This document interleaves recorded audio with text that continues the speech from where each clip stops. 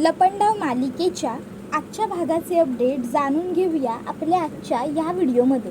तर आता आपण इथे पाहतोय की इकडे आता मनस्विनीला नाश्ता वेदू आणून देते।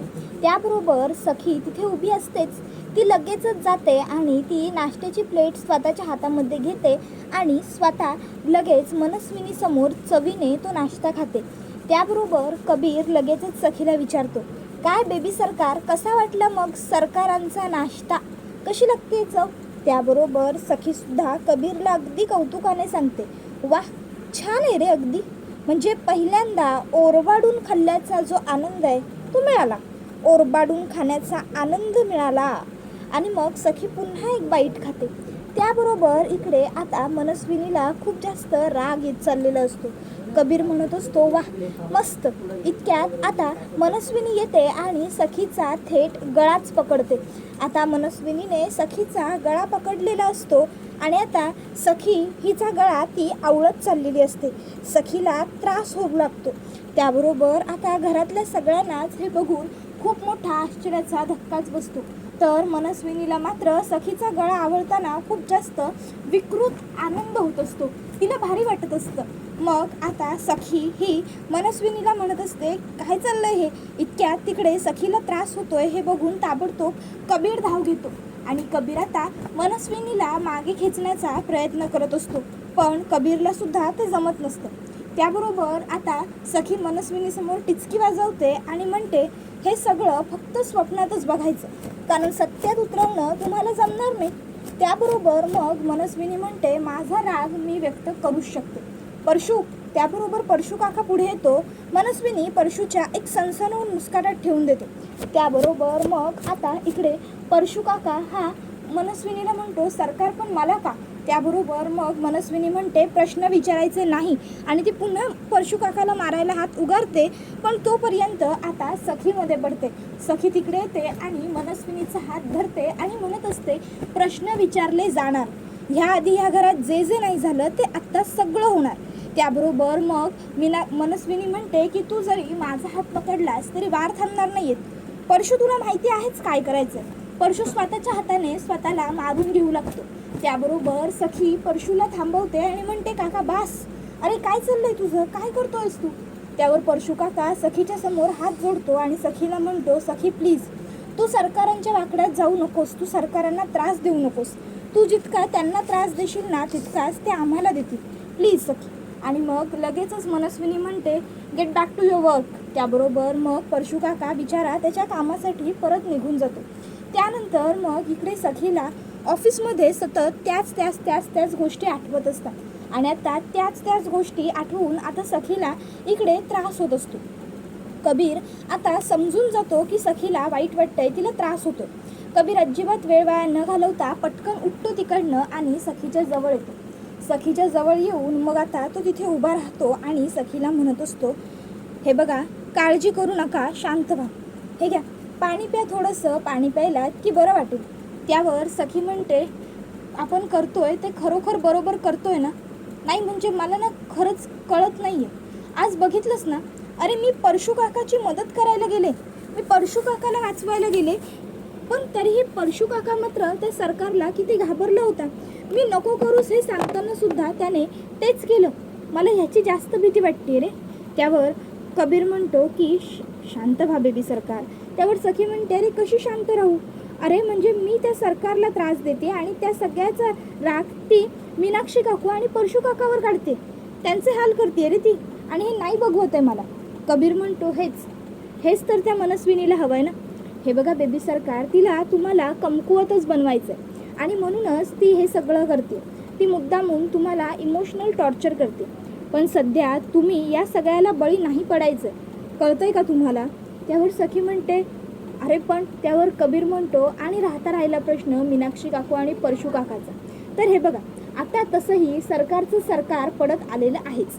एकदा का सरकारचं सरकार पडलं की मीनाक्षी काकू आणि परशू काका सुद्धा आपल्याच टीममध्ये येतील की, मला माहिती आहे की सगळं चांगलं होणार आहे, पण आपल्याला धीर खचून चालणार नाही। पण सखीच्या चेहऱ्यावरती कॉन्फिडन्स काही तरी पण येतच नसतो। कबीर म्हणतो, थांबा, तुमचं मोटिवेशन आणावं लागेल आता मला। त्यावर सखी म्हणते, मोटिवेशन म्हणजे? त्यावर कबीर म्हणतो, एकच सेकंद. आणि मग तो फोन करून आता एका पिऊन काकांना बोलवतो आणि सांगतो, जगदीश आतमध्ये ये पटकन. त्यावर जगदीश आतमध्ये येताना एक हातामध्ये पिशवी घेऊन आलेला असतो. सखी म्हणते, काय आहे याच्यात? कबीर म्हणतो, तुमचं मोटिवेशन. आणि मग तो त्यातून राघवचा म्हणजे सखीच्या बाबांचा फोटो काढतो. सखी म्हणते, ह्या फोटोला तर तडा गेल्या होत्या ना काचेवर? त्यावर कबीर म्हणतो, तडा काचेला गेल्या होत्या, त्या मी दुरुस्त करून आणल्यात. काचेच्या तडाही दुरुस्त केल्यात आणि तुमच्या आयुष्यात असलेल्या तडाही मीच दुरुस्त करणार आहे, काळजी करू नका. आणि त्याच्यानंतर मग तो सखीच्या वडिलांचा तो फोटो ताबडतोब आता भिंतीवरती स्वतःच्या ऑफिसमध्ये लावतो. आता हे बघून सखीला खूप भारी वाटतं, छान वाटतं. त्याबरोबर कबीर हा सखीला पुढे हात करतो. त्यानंतर मग कबीरचा हात पकडून सखी पुढे येते आणि मग आता ती तिच्या वडिलांच्या त्या फोटोकडे बघत असते. आता दोघंही जण एकमेकांकडे बघत असतात. मग सखी कबीरला थँक्स म्हणते. बघता बघता आता कबीर सखीच्या नजरेत बघत असतो, सखी कबीरच्या नजरेत बघत असते. दोघंही जण आता एकमेकांकडे बघत असतानाच आता इकडे अचानकच सखी आणि कबीर जवळ यायला लागतात. आता ते दोघंही एकमेकांच्या जवळ येत असतात. ते कधी जवळ येऊ लागले हे त्यांनाच कळलेलं नसतं. दोघं एकमेकांच्या खूप जास्त क्लोज आलेले असतात. आता कबीर सखीच्या गालावर ओठांवरती किस करण्यासाठी पुढे सरसावतो. आता कबीर किस करणारच असतो, पण तोपर्यंत आता सखी भानावर येते. त्याबरोबर सखी म्हणते, काय करतोयस तू हे? आणि ती कबीरला स्वतःपासून दूर ढकलते. त्याबरोबर लगेचच कबीर म्हणतो, sorry, I am extremely sorry, म्हणजे माझ्याकडून हे कसं झालं, मला सॉरी. त्याबरोबर सखी म्हणते, नाही, it's okay, I am also sorry, माझं सुद्धा चुकलंच आहे, सॉरी, तू ठीक आहेस ना? असं आता कबीर सखीला विचारतो. त्याबरोबर मग सखी आता काहीही न बोलणं पसंत करते. इतक्यात राजलक्ष्मी किर्लोस्करांचा फोन सखीच्या फोनवरती आलेला असतो. कबीर म्हणतो, मानचा फोन आहे. त्यावर सखी म्हणते, घेते. आणि मग सखी ताबडतोब आता राजलक्ष्मी किर्लोस्करांचा फोन उचलते. त्याबरोबर राजलक्ष्मी किर्लोस्कर सांगत असतात की आपल्याला जे मिशन करायचं होतं त्याला सुरुवात केलीत की नाही? त्यावर सखी म्हणते, सुरुवात केली आणि बऱ्यापैकी कामसुद्धा सुरू केलं. मनस्विनीला घरात त्रास द्यायला आम्ही जोरात सुरुवात केली. मनस्विनीला घरात खूप आता त्रास होतो. त्याबरोबर मग आता लगेचच इकडे मा म्हणतात की नाही, घरातलं तर ठीक आहेच, पण घरातल्या बरोबरच तिला तुम्ही प्रोफेशनल पातळीवरती सुद्धा त्रास द्यायला हवा. आता इथे टेंडर मिळायला सुरुवात होईल, टेंडरचं कॉम्पिटिशन येईल. त्यामध्ये आता गेल्या वेळी कबीरने तिकडे तुमच्या कंपनीत राहून तुमचा फायदा करून दिला होता. तुमच्या कंपनीत राहून त्याने तुम्हाला टेंडर मिळवून दिलं होतं. मग आता तू आहेस आमच्या कंपनीत, मग तू आमच्या कंपनीला टेंडर मिळवून द्यायला हवंस. काय कळतंय ना? त्याबरोबर मग सखी म्हणते, ठीक आहे, या वर्षीचं टेंडर आपल्यालाच मिळेल याची खात्री मी देते. त्याबरोबर हे ऐकून मग राजलक्ष्मी ही फोन ठेवून देते. त्यानंतर आता राजलक्ष्मी म्हणते, आपली कंपनी, किर्लोस्करांची कंपनी, हिला ही आपली कंपनी कसं काय म्हणते? तर दुसऱ्या बाजूला इकडे आता जो कबीर असतो तो सखीला म्हणतो, खरंच तुम्हाला असं वाटतं की हे टेंडर आपल्याला म्हणजेच किर्लोस्कर ग्रुप ऑफ इंडस्ट्रीला मिळायला हवं म्हणून? नाही, आफ्टर ऑल जी तुमची कंपनी आहे ती तुमच्या बाबांनी खूप कष्टाने खूप मेहनतीने उभी केलेली आहे आणि तुमच्या त्या कंपनीचं नुकसान होताना तुम्हाला वाईट नाही वाटणार, त्रास नाही होणार का? त्यावर सखी म्हणते, वाटेल ना, वाईट वाटेल, त्रासही होईल, पण पर्याय नाही आहे माझ्याकडे. कारण आता सध्या ती कंपनी ती मनस्विनी सांभाळते आणि सध्या मला तिला मात द्यायची. तिला हरवायचं असेल तर मला हे सगळं काही करावं लागेलच. आणि माझ्या बाबांच्या कंपनीचं काय, मी ती पुन्हा सुरू करेन. त्यानंतर मग आता रात्री सरकारची झोप उडवण्यासाठी कबीर आणि सखी दोघांनीही एक जबरदस्त प्लॅन बनवलेला असतो. आता तो काय प्लॅन असतो तर रात्रीच्या वेळी आता सखी आणि कबीर मुद्दामून लाऊड म्युझिक लावतात आणि आता ते लाऊड म्युझिक लावून दोघंही जण खाली डान्स करत असतात. आता मनस्विनीला त्या आवाजाने ताबडतोब जाग येते. मनस्विनी ओरडते, अरे कोण आहे आणि कोण इतक्या रात्रीचं लाऊड म्युझिकवरती गाणी ऐकतंय, कोण आहे? आणि मग मनस्विनी खाली येते. आता खाली येऊन बघते तर काय, तर तिथे सखी आणि कबीर असतात. सखी आणि कबीरच गाणी ऐकत असतात. आता हे बघूनच मनस्विनीला खूपच जास्त राग येतो आणि मनस्विनीचा चांगलाच संताप होतो. मनस्विनी ही आता लगेचच म्हणू लागते, बंद करा ती गाणी, बंद करा. पण आता इकडे सखी आणि कबीर हे दोघंही अगदी जोरदार नाचत असतात. सखी आणि कबीर काही गाणी बंद करायच्या मूडमध्ये नसतात. त्यावेळी सखी मनस्विनीला म्हणते, सरकार अहो असं काय करताय, तुम्हालाच तर खूप हौस होती ना मला पबमध्ये पाठवण्याची, मग मी विचार केला की अख्खा पबच घरी घेऊन जावं, म्हणून नाचतेय मी. या एन्जॉय करा, एन्जॉय एन्जॉय. पबमध्ये घालवायचं होतं ना मला, मी पब घरी आणलाय. वाव असं म्हणत सखी आणि कबीर आणखीन जोरजोराने नाचत असतात. मनस्विनीला त्या नाचण्याचा, त्या गाण्याच्या आवाजाचा खूप जास्त त्रास होऊ लागतो. इतक्यात तिकडे वेदू येते. मनस्विनी वेदूला म्हणते, वेदू आत्ताच्या आत्ता तो स्पीकर घेऊन जा पहिला आणि बाहेर ठेवून ये, जा लवकर. त्याबरोबर वेदू मनस्विनीकडे खुन्नस देऊन बघते आणि मनस्विनीच्या समोर मोठ्या दिमाखात नाचते. आता वेदू मनस्विनीच्या समोर नाचते ह्या गोष्टीचा मनस्विनीला राग येतो आणि मग मनस्विनी वेदूवरती हात उगारायला जाते. पण त्याच वेळी योग्य तिथेच कबीर पटकन मध्ये पडतो आणि मनस्विनीला सांगतो, माझ्या माणसांवर हात उगारायचा नाही, मला चालणार नाही, समजलं ना. त्याबरोबर मग आता हे ऐकूनच सगळ्यांना खूप मोठा आश्चर्याचा धक्का बसतो. त्यावर कबीर म्हणतो, वेदू माझी खबरी आहे, जिला मीच तुमच्या घरामध्ये पेरलं होतं, समजलं ना. त्याबरोबर मग आता लगेचच वेदू ही कबीरकडे बघत राहते. कबीर म्हणतो, गुड जॉब वेदू, आता तुझं इथलं काम पूर्ण झालेलं आहे, आता तू तुझ्या कामाला परत जाऊ शकतेस. तुम्हाला काय वाटलं, तुम्हाला वाटेल ते कराल आणि तुमच्यावर लक्ष ठेवायला कोणी नसेल. तुमच्यावर लक्ष ठेवायला मी अख्खाच्या अख्खा चालता फिरता कॅमेरा वेदूसारख्या हुशार मुलीला नेमलं होतं आणि वेदूसुद्धा तुमच्या प्रत्येक बारीक गोष्टीवरती लक्ष ठेवून होती, तीच सगळं इन्फॉर्म करत होती मला. त्याबरोबर आता हे ऐकून मग मनस्विनीला लगेचच आठवू लागतं की वेदू तिला एक दोनदा सापडली होती तिच्या रूम बाहेर वगैरे, पण तेव्हा मनस्विनीने फार लक्ष दिलं नव्हतं आणि आता मनस्विनीला तिने का तेव्हा लक्ष दिलं नाही या गोष्टीचा पश्चातापसुद्धा होतो. पण अर्थात आता त्या पश्चातापाला काही अर्थ नसतो. वेदू म्हणते, चला आता मी निघते, तुम्हा सगळ्यांबरोबर राहून इथे तुम्हा सगळ्यांबरोबर काम करून बरं वाटलं, पण आता निघायची वेळ झाली. ओके बॉस, येते मग मी. एवढं बोलून वेदू आता तिकडनं निघते. त्यानंतर मग आता कबीर मनस्विनीला म्हणतो, काय मग कसं वाटलं माझं सरप्राईज. त्यावर आता मनस्विनी ही कबीरला मोठ्या दिमाखात उत्तर देते, काहीच फरक पडत नाही. या अशा छोट्या मोठ्या लढाया जिंकल्याने तुला युद्ध जिंकल्याचं फिलिंग येत असेल ना, तर ते मुळात चुकीचं आहे. कारण मुळात युद्ध जिंकण्यासाठी ह्या छोट्या मोठ्या चालींचा काही उपयोग होत नाही. असं हे तुला नाही समजलं, जाऊ दे, एन्जॉय. एवढं बोलून आता मनस्विनी तिकडनं निघून जाते. मनस्विनी गेल्यावर सखीसुद्धा तिकडनं वरती जाते आणि जाताना कबीरला खुणवते की वरती. तसाच कबीर हा वरती चाललेला असतो. इतक्यात त्याला तिकडे परशू काका आणि मीनाक्षी काकू दिसतात. मग कबीर परशू काका आणि मीनाक्षी काकूला म्हणतो, मी आत्ताच तुम्हाला दोघांना पण थोडंसं हसताना पाहिलंय. याचा अर्थ हाच होतो की तुम्हाला सुद्धा आम्ही सरकारला त्रास देतोय ते सगळं पटतंय. हे बघा आता तसंही आम्ही दोघं आलोय म्हटल्यावर सरकारचं सरकार आम्ही पाडणारच, रादर आम्ही ते सरकार पाडण्यासाठीच आलो. मग तुम्ही सुद्धा या आमच्यामध्ये, आमच्या टीममध्ये सामील व्हा.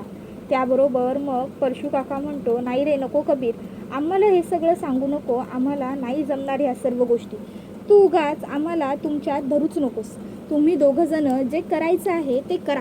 आम्ही दोघं आपले या सगळ्यातून लांबच आहोत, ते बरे आहोत.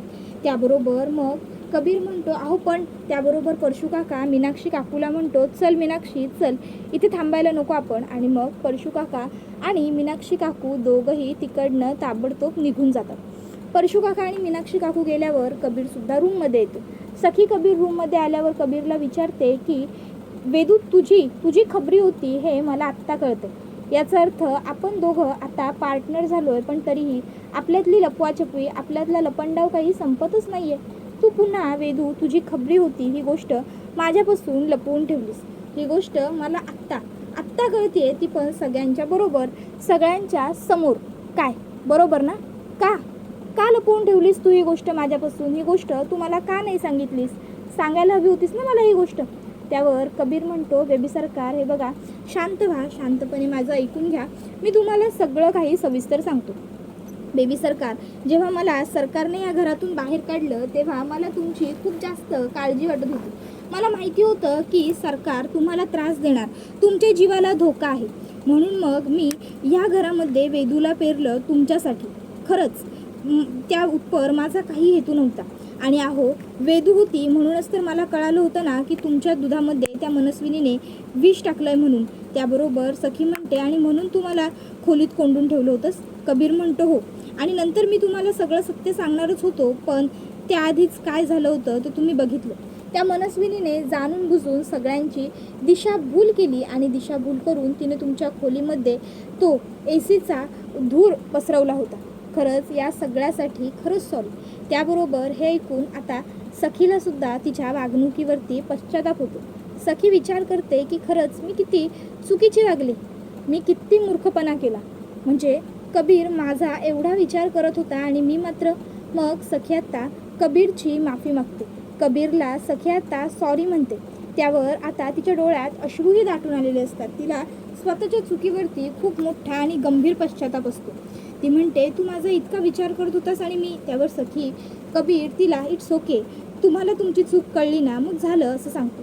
त्यानंतर सखी कबीरला म्हणते की मला तुझा तो अल्बम बघायचा आहे. कबीर आधी तर नको नको म्हणत असतो, पण सखी मला बघायचं आहे, आपल्यामध्ये ट्रान्सपरन्सी असायलाच हवी असं सांगते. कबीर म्हणतो, ठीक आहे, एकच मिनिट. आणि मग तो अल्बम सखीला दाखवतो. आता त्या अल्बममध्ये कबीरचे लहानपणीचे फोटो असतात, ज्याच्यामध्ये कबीर अण्वस्त्र असतो. आता निवस्त्र कबीरला बघून सखी हसते. त्याबरोबर कबीर म्हणतो, कळलं, हे होतं त्याच्यामध्ये, म्हणून दाखवत नव्हतं तुम्हाला तो अल्बम, पण तुम्हाला तो अल्बम बघायचाच होता. त्याबरोबर मग सखी म्हणते की वाव, अरे पण हे खूप इंटरेस्टिंग आहे. आणि मग सखी आत्ता पुढे पुढे फोटो बघत जात असते. सखी म्हणते की खरंच छान वाटतंय तुझे हे सगळे फोटो बघून. आणि आता मग बघता बघता कबीरच्या आईचा फोटो येतो.